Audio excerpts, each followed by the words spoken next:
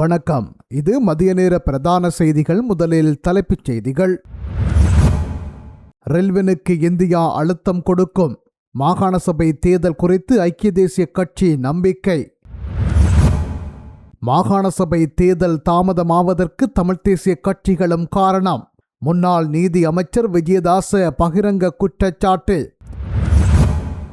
கோட்டாபாயவுக்கு CID அழைப்பு. ஜனாதிபதியின் விசேட கவனத்தில் வடக்கு கிழக்கு துரித அபிவிருத்திக்காக தனியான நிதி ஒதுக்கீடு. முன்மொழிவுகளை உடன் தயாரிக்குமாறு ஆளுநர் அதிகாரிகளுக்கு அறிவுறுத்தல். பயங்கரவாத தடை சட்டத்தை விடவும் மிகவும் கொடூரமானது புதிய சட்ட வரைவு. திரைமறைவு திட்டத்தை அம்பலப்படுத்தும் சுமந்திரன். யாழ்ப்பாணம் பல்கலை ஊழியர் சங்கத்தின் பிரச்சினைகளுக்கு சாதகமான தீர்வு.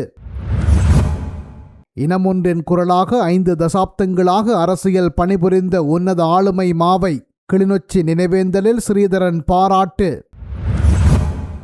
அரசியலமைப்பு பேரவை தலைமையிலிருந்து சபாநாயகர் தற்காலிகமாக விலக வேண்டும். தயாசிறி ஜெயசேகர கோரிக்கை. கட்சி நிதிக்காக பெற்ற சம்பளத்தை மீளவும் வழங்குமாறு கோரி வழக்கு. ஜேவிபி முன்னாள் எம்பிக்கள் திட்டம். என் மீது சுமந்திரன் முன்வைக்கும் குற்றச்சாட்டு நிரூபிக்கப்பட்டால் எம்பி பதவியை துறக்க தயார். ஸ்ரீதரன் எம்பி ஆவேசம். பிக்குகளை சிறையில் அடைத்து இனவாத செயற்பாட்டை முன்னெடுக்கின்றார் ஜனாதிபதி. திலித் ஜேவீர எம்பி காட்டம். கிவிலோயா திட்டத்தினால் தமிழர்களுக்கு ஆபத்து. தெளிவுபடுத்தல் கூட்டத்தில் ரவிகரன் சத்தியலிங்கம் சுட்டிக்காட்டு. மகா வலியினால் தமிழ் மக்களுக்கு மரண வலியெனவும் விசனம். தொடர்வன விரிவான செய்திகள். மாகாண சபை தேர்தலை அனுர அரசு நடத்தும் என எதிர்பார்க்கின்றோம். அதற்கான அழுத்தத்தை ரெல்வின் சில்வா உள்ளிட்டவர்களுக்கு இந்தியா கொடுக்கும் என நம்புகின்றோம். இவ்வாறு ஐக்கிய தேசிய கட்சியின் பிரதி செயலாளரும் முன்னாள் அமைச்சருமான கரின் பெர்னாண்டோ தெரிவித்துள்ளார். தலைமையில் குழு ஒன்றை ரணில் விக்ரமசிங்கே அமைத்திருக்கின்றார். அதேபோன்று ஏனைய கட்சிகளுடன் கலந்துரையாட என்னை நியமித்திருக்கின்றார். அதனால் நாங்கள் அனைத்து கட்சிகளுடன் கலந்துரையாடி வருகின்றோம். இறுதியில் சிறந்ததொரு எதிர்க்கட்சியை அமைப்பதை யாராலும் தடுக்க முடியாது. அத்துடன் கூட்டணி அமைக்கும் விடயத்தில் எதிர்கால அரசியல் நடவடிக்கைகளை கருத்தில் கொண்டு நாங்கள் முதலாவதாக இணைந்து செயற்பட முயற்சிப்பது ஐக்கிய மக்கள் சக்தியுடன் ஆகும். அதனைத் தொடர்ந்து ஏனைய எதிர்க்கட்சிகளுடன் இணைந்து செயற்பட நாங்கள் தயாராக இருக்கின்றோம் என்று அவர் குறிப்பிட்டுள்ளார். முன்னாள் ஜனாதிபதி கோட்டாபய ராஜபக்சவுக்கு குற்ற புலனாய்வு திணைக்களத்தில் முன்னிலையாகுமாறு அழைப்பு விடுக்கப்பட்டுள்ளது என தகவல்கள் வெளியாகியுள்ளன. எதிர்வரும் 13ஆம் தேதி கோட்டாபய ராஜபக்சவை விசாரணைக்கு வருமாறு சிஐடியினர் அழைத்துள்ளனர் என்று தெரிய வருகின்றது. கொழும்புக்கு அருகில் அமைந்துள்ள ஒரு வீட்டு தொகுதிக்கு சொந்தமான பல வீடுகளை பல நபர்களுக்கு சட்ட விரோதமாக ஒதுக்கியதை அங்கீகரிக்கும் கடிதங்கள் வெளியிடப்பட்டமை குறித்து வாக்குமூலம் பெறவே இந்த அழைப்பாணை விடுக்கப்பட்டுள்ளது என்று கூறப்படுகின்றது. கோட்டாபய ராஜபக்ச பாதுகாப்பு செயலாளராக இருந்த போது இந்த சம்பவம் நடந்துள்ளது என்று தெரிவிக்கப்படுகின்றது.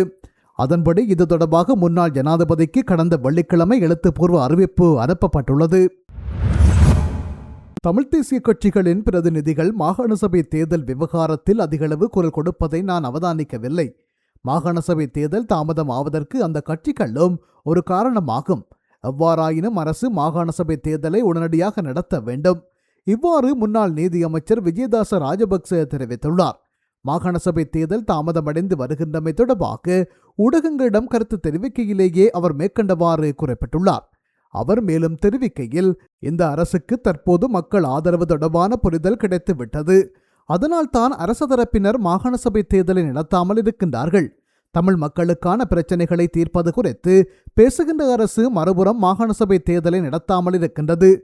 மக்களின் ஜனநாயக உரிமையை உறுதிப்படுத்துகின்ற தேர்தலை நடத்தாத அரசு வடக்குக்கு சென்று பெரும்பான்மை மக்களை விமர்சிக்கின்றது.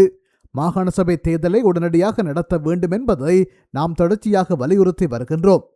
மேலும் மாகாண சபை தேர்தல் குறித்து தமிழ் தேசிய கட்சிகள் அதிகளவு குரல் கொடுப்பதில்லை என்றும் விஜயதாச ராஜபக்ச தமது விசனத்தை வெளிப்படுத்தியுள்ளார்.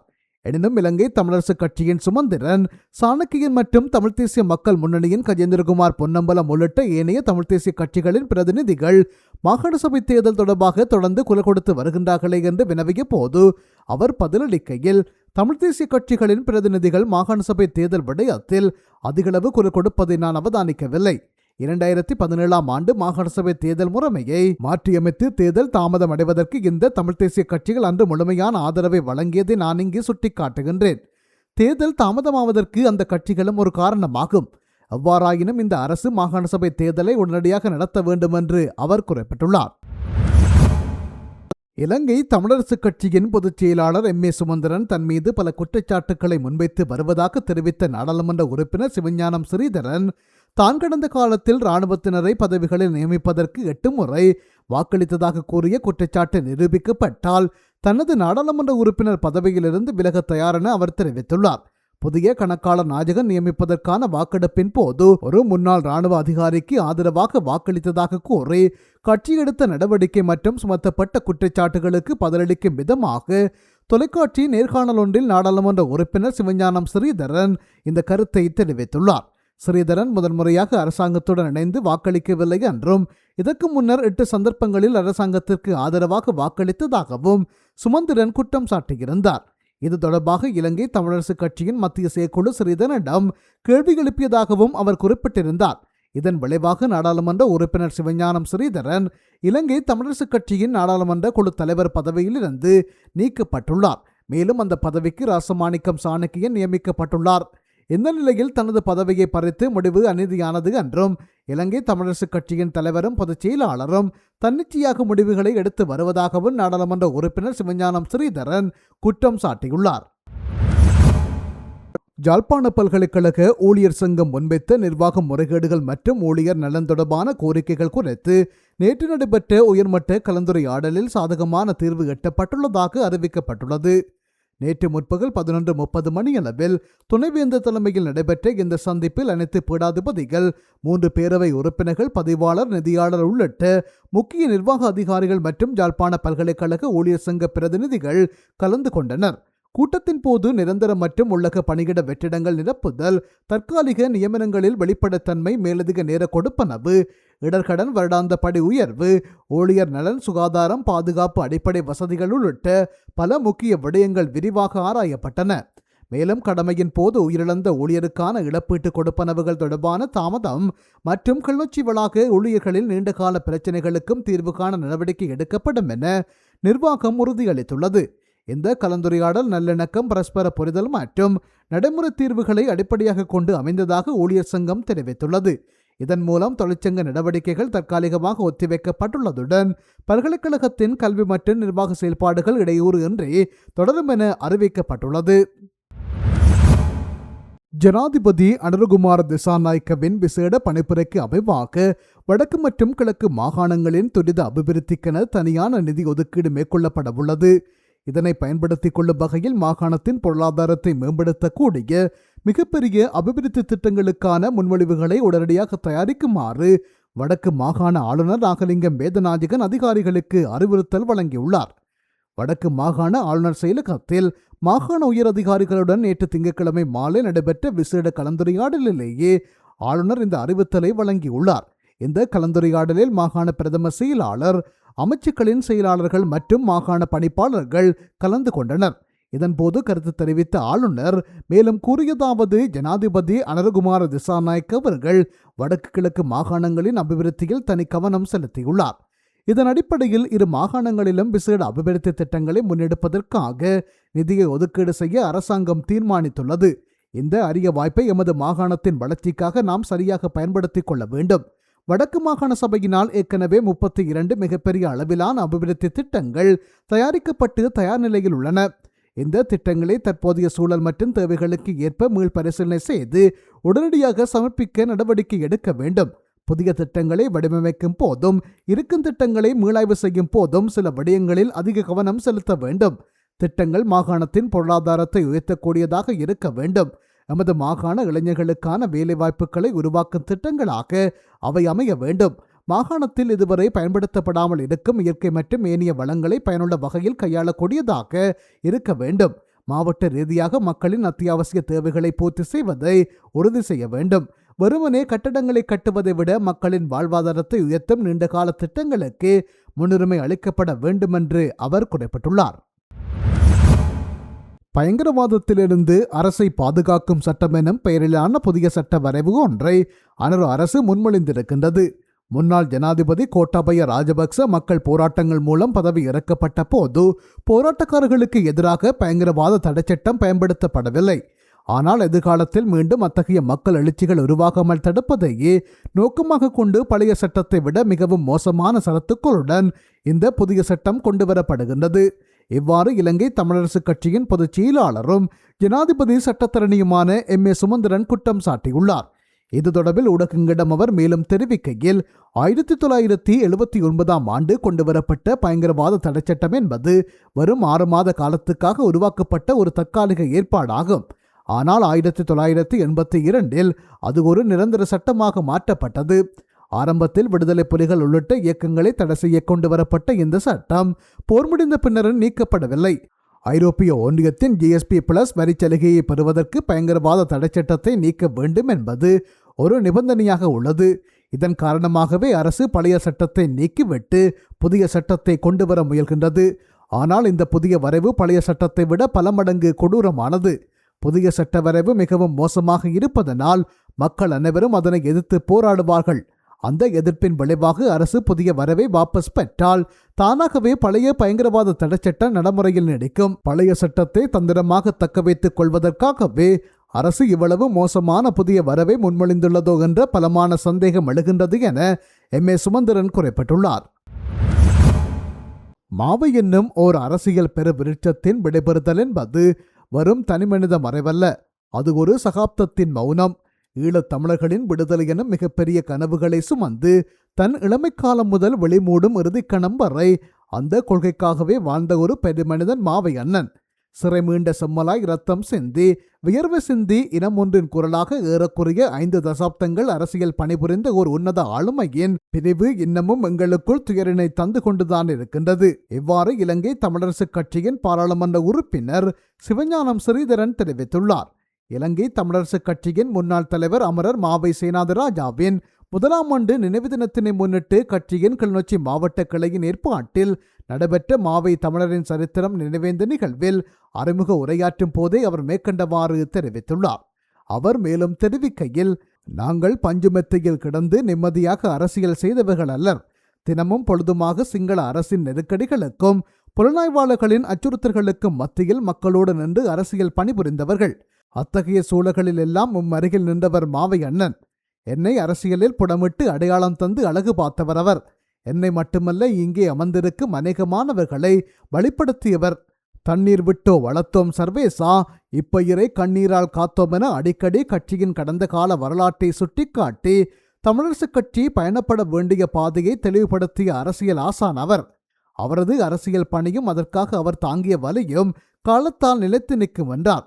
கிளிநொச்சி வர்த்தக சங்கத்தின் தலைவர் இளையதம்பி விஜயசிங்கம் தலைமையில் நடைபெற்ற இந்த நிகழ்வில் பாராளுமன்ற உறுப்பினர் சிவஞானம் ஸ்ரீதரன், பூநகரி பிரதேச சபையின் தவிசாளர் சிவகுமார் ஸ்ரீரஞ்சன், கரச்சி பிரதேச சபையின் தவிசாளர் அருணாச்சலம் வேள மாளிகிதன் ஆகியோர் தொடக்க உரைகளை ஆற்றினர். மறைந்த பேராளுமை அமரர் மாவை சேனாதிராஜாவின் நினைவுரையை யாழ்ப்பாண பல்கலைக்கழக அரசியல் துறை பேராசிரியர் KT கணேசலிங்கம் நிகழ்த்தினார். பாராளுமன்றத்தின் முன்னாள் பிரதி பொதுச் செயலாளர் சமிந்த குலரத்தினவினால் முன்வைக்கப்பட்டுள்ள முறைப்பாடு தொடர்பாக லஞ்ச ஊழல் விசாரணை ஆணைக்குழு முன்னெடுக்கும் விசாரணைகள் நிறைவடையும் வரை சபாநாயகர் கலாநிதி ஜெகத் விக்ரமரத்தின அரசியலமைப்பு பேரவையின் தலைவர் பதவியிலிருந்து தற்காலிகமாக விலக வேண்டும் என ஐக்கிய மக்கள் சக்தியின் பாராளுமன்ற உறுப்பினர் தயாசிறி ஜெயசேகர தெரிவித்துள்ளார். நாட்டின் முக்கிய பதவிகளுக்கான நியமனங்களை பரிந்துரைக்கும் உயர் அமைப்பான அரசியலமைப்பு பேரவையின் தலைவர் லஞ்ச ஊழல் விசாரணைக்கு உட்படுத்தப்பட்டுள்ள ஒருவராக இருப்பது அதன் நம்பகத்தன்மையை பாதிக்கும் என அவர் சுட்டிக்காட்டினார். கடந்த ஜனவரி 23ஆம் தேதி சபாநாயகர் தலைமையிலான பாராளுமன்ற குழுவினால் சமிந்த குலரத்தின பதவியிலிருந்து நீக்கப்பட்டார்.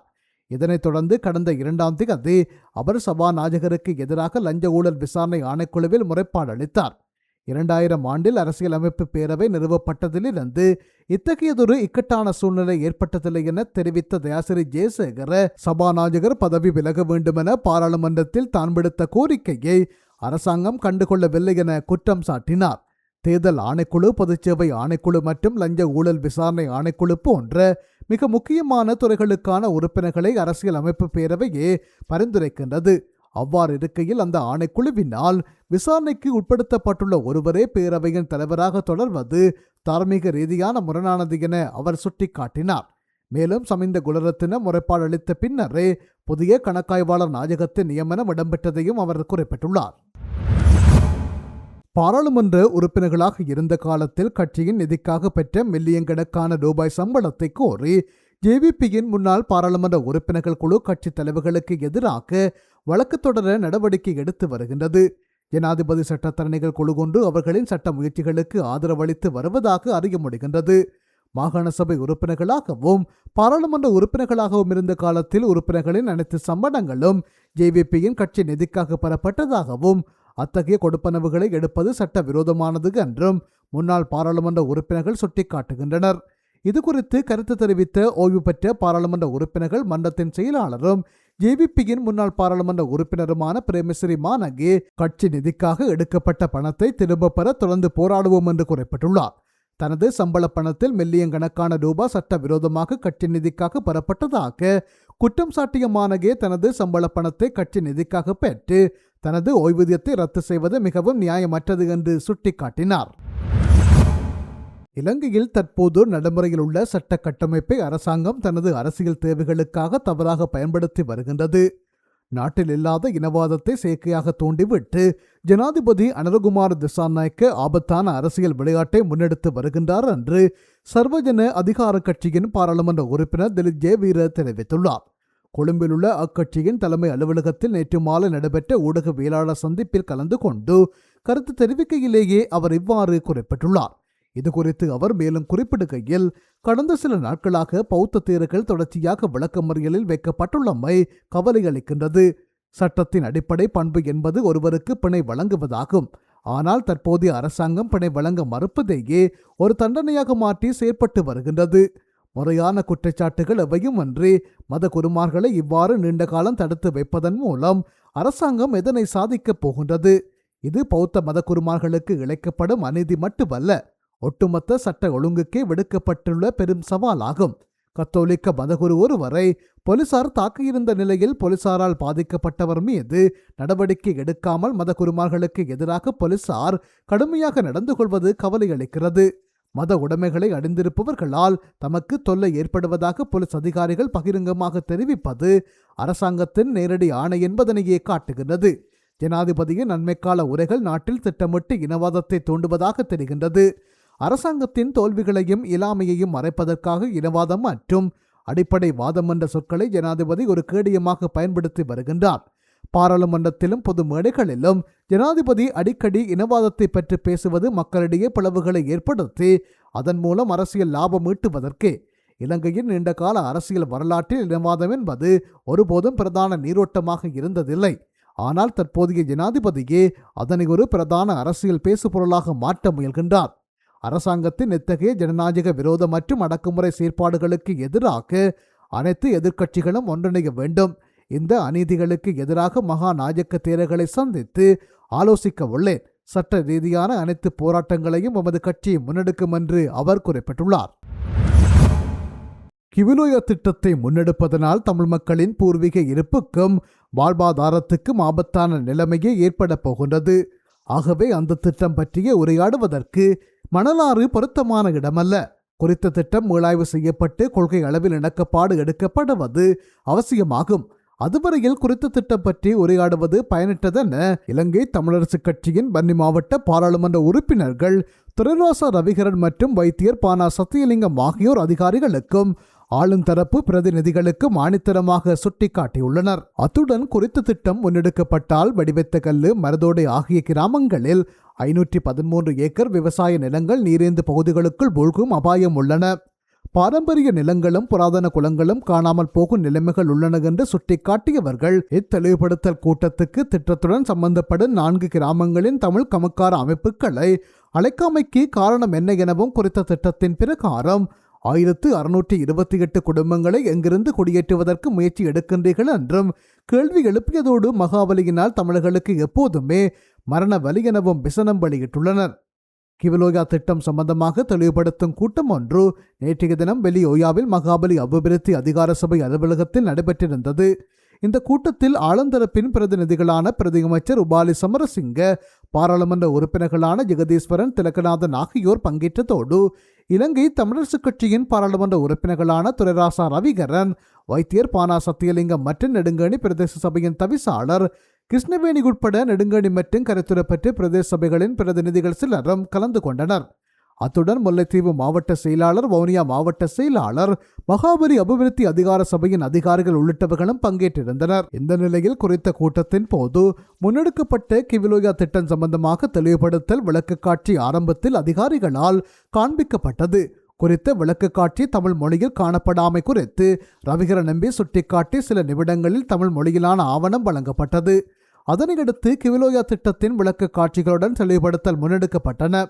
இதனையடுத்து வைத்தியர் சத்தியலிங்கம் எம்பி தனது கரிசனைகளை வெளியிட்டுள்ளார். அவர் காண்பிக்கப்பட்ட விளக்க காட்சிகள் மற்றும் மகாபலி அபிவிருத்தி அதிகார சபையின் உத்தியோகபூர்வமான பக்கத்தில் உள்ள திட்டத்தின் அறிக்கை, சுற்றுச்சூழல் ஆய்வு அறிக்கை ஆகியவற்றினை அடிப்படையாக கொண்டு தனது நிலைப்பாடுகளை வெளிப்படுத்தினார். அதன் பிரகாரம் 2002ஆம் ஆண்டு அப்போது மாவட்ட செயலாளராக இருந்த கணேச அவர்களால் பெரிய மருதோடை குளம், சித்தாத்து குளம், கல்லோத்து குளம் ஆகியனவற்றை புனரமைப்பதற்காக நியாப் திட்டத்தின் கீழ் முன்மொழிவு செய்யப்பட்டது. அதன் பின்னர் 2003ஆம் ஆண்டு சிரான் திட்டத்தின் கீழ் முன்மொழிவு செய்யப்பட்டது. ஆனால் அவை தொடர்பில் எந்தவிதமாக கவனமும் செலுத்தப்படாது இன்று வரையில் உள்ள நிலையில் தற்போது கிவிலோயா திட்டத்தின் 2 பகுதிகளுக்குள் அவை மூழ்கும் அபாயத்தை கொண்டிருக்கின்றன. அந்த குளங்கள் புனரமைக்கப்பட்டால் 2000 ஏக்கர் நிலங்களை விவசாய நிலங்களாக உருவாக்க முடியும். ஆனால் அது பற்றி ஏன் கவனம் செலுத்தப்படவில்லை என்று கேள்வி எழுப்பினார். தொடர்ந்து அதிகாரிகளால் கிவிலோயா திட்டத்தின் கீழாக நீரேந்து பகுதிகள் அனைத்தும் வனப்பகுதிகளாக உள்ளதாகவும் அவை அரசுக்கு சொந்தமானவை என்றும் கூறப்படுகின்றது. ஆனால் குறித்த நீரேந்து பகுதியில் 210 ஏக்கர் நிலங்கள் தமிழர்களுக்கு சொந்தமானவையும் செய்கையில் ஈடுபடுகின்ற வயல் நிலங்களுமாகும். ஆகவே இந்த திட்டம் பற்றிய முழுமையாக மீளாய்வு செய்ய வேண்டும். அது மட்டுமன்றி குறித்த திட்டம் பற்றி உரையாடுவதற்கான இடம் வெளியோயா அல்ல. இந்த திட்டம் கொள்கை அளவில் உரையாடப்பட்டு அரசியல் ரீதியாக தீர்மானிக்கப்பட வேண்டியது. வெறுமனே வவுனியாவிலும் முல்லைத்தீவிலும் கூட்டங்களை நடத்தி தீர்மானங்களை எடுக்க முடியாது. அந்த வகையில் கிவிலோயா திட்டம் மீளாய்வு செய்யப்படவில்லை. வெறுமனே திட்ட செலவீனம் மட்டுமே மீளாய்வு செய்யப்பட்டுள்ளது என்றும் சத்தியலிங்கம் சுட்டிக்காட்டினார். அதனைத் தொடர்ந்து ரவிகரன் நம்பி, நீங்கள் தமிழ் மொழியில் உரையாடலாம் என்று கூறினாலும் இங்கே விளக்க காட்சிகளும் விடயங்களும் தமிழ் மொழியில் இல்லை. இதுவே பெரும்பான்மை வாதத்தின் வெளிப்பாடுதான் என்று குறிப்பிட்டுள்ளார். அதனைத் தொடர்ந்து தமிழ்மொழி ஆவணம் வழங்கப்பட்டது. பின்னர் மகாபலி எல் திட்டத்தின் நீட்சியாக இந்த கிவிலோயா திட்டத்தினை கருதுகின்றோம். எமது மக்களும் அவ்வாறுதான் கருதுகின்றார்கள். குறிப்பாக மகாபலி திட்டம் பற்றி ஒவ்வொரு தமிழ் பொதுமகனையும் கேட்டீர்கள் என்றால் அது தமிழ் மக்களுக்கு மரண வலியை ஏற்படுத்துகின்ற திட்டம் என்பதை தெளிவாக புரிந்து கொள்வீர்கள். இந்த கலந்துரையாடலில் சிங்கள கமக்கார அமைப்புகளை அழைத்துள்ளீர்கள். ஆனால் இந்த திட்டத்துடன் தொடர்புடைய கோயிற்குளம், வடிவத்த கல்லு, மருதோடை, காட்டு பூவரசங்குளம் ஆகியவற்றின் கமக்கார அமைப்புகளை ஏன் அழைக்கவில்லை? அதேபோன்று கிவிலோயா திட்டத்தின் பயனாளிகளாக 6000 குடும்பங்கள் என கூறப்பட்டுள்ளது. தற்போது 4372 குடும்பங்கள் குடியேற்றப்பட்டு திட்டம் முன்னெடுக்கப்பட முன்னதாகவே உள்வாங்கப்பட்டுள்ள நிலையில் எஞ்சிய 1628 குடும்பங்களை எங்கிருந்து கொண்டுவரப் போகின்றீர்கள்? ஆகவே கிவிலோயா திட்ட குடியேற்றத்தை மையப்படுத்தியதா இல்லையா என்று கேள்வி எழுப்பினார். அது மட்டுமன்றி அண்மையில் திருகோணமலையில் நில அதிர்வு ஏற்பட்டது. கிவிலோயா திட்டம் போன்ற பாரிய திட்டங்கள் அமைக்கப்படுகின்ற போது அது பற்றிய ஆய்வுகள் செய்யப்பட வேண்டும். அதற்கான ஆய்வுகள் மேற்கொள்ளப்பட்டனவா? இதனை விடவும் நீரேந்து பகுதிகளாக வனப்பிரதேசங்கள் தான் காணப்படும் என்று கூறுகின்றீர்கள். அவ்வாறு வனப்பிரதேசங்கள் நீரேந்து பகுதிகளாக மாறுகின்ற போது மரங்கள் அழிவடைவதனால் மழை வீழ்ச்சியில் மாற்றங்கள் ஏற்படும் என்பது சுற்றுச்சூழல் ஆய்வு அறிக்கையில் கூறப்பட்டுள்ளது. அது பற்றிய மாற்றுத் திட்டம் என்ன? அதனை எவ்வாறு கையாளப் போகின்றீர்கள்? பாரிய அணையை அமைத்துவிட்டு நீர் குறைவடைகின்ற போது அதற்கு என்ன செய்வது என்றும் கேள்வி எழுப்பினார். எம்மை பொறுத்தவரையில் நாங்கள் சிங்கள மக்களுக்கோ அபிவிருத்தி திட்டங்களுக்கோ எதிரானவர்கள் அல்ல. ஆனால் பூர்வீகத்தை அழித்து குடிப்பரம்பலை மாற்றி அமைப்பதற்கான எந்தவொரு செயற்பாட்டுக்கும் இணக்கம் வெளியிட முடியாது. அந்த வகையில் மகாபலி எல்வலிக திட்டத்தின் மற்றொரு முகமான கிவிலோயா திட்டத்தினை ஏற்றுக்கொள்ள முடியாது. கூழாங்குளம் வயல் 88 ஏக்கர், வடிவத்தகல்ல வயல் 87 ஏக்கர், வடிவத்தகல்ல கிராமம் 124 ஏக்கர், ஈச்சங்குளம் வயல் 95 ஏக்கர், கோவில் புளியங்குளம் வயல் 158 ஏக்கர், காட்டு பூவரசங்குளம் வயல் 258 ஏக்கர், காஞ்சுரமொட்டை கிராமம் 100 ஏக்கர், மொத்தம் 910 ஏக்கர் என்று கூறினார். இதனைத் தொடர்ந்து பிரதி அமைச்சர் உபாலி சமரசிங்க உட்பட அதிகாரிகள் தங்களுடைய முற்கூட்டிய திட்டத்திலிருந்து தற்போதைய திட்டம் மாறுபட்டுள்ளதாகவும் அதனை 2 நாட்களுக்குள் அனுப்பி வைப்பதாகவும் அதில் காணப்படுகின்ற கரிசனைகளை வெளிப்படுத்துமாறும் குறிப்பிட்டதோடு தொடர்ச்சியான கலந்துரையாடல்கள் ஊடாக இந்த திட்டத்தினை முன்னெடுப்பதற்கு எதிர்பார்ப்பதாகவும் குறிப்பிட்டனர். இதேவேளை அதிகாரிகள் மட்டத்தில் பல்வேறு வினாக்களுக்கு பதிலளிக்க முடியாதிருந்த நிலையில் அவர்கள் மகாபலி அபிவிருத்தி அதிகார சபையின் மூத்த அதிகாரிகளுடன் உரையாடி அவற்றுக்கான உரிய பதில்களை பெற்றுத் தருவதாகவும் கூறியிருந்தமை குறிப்பிடத்தக்கது.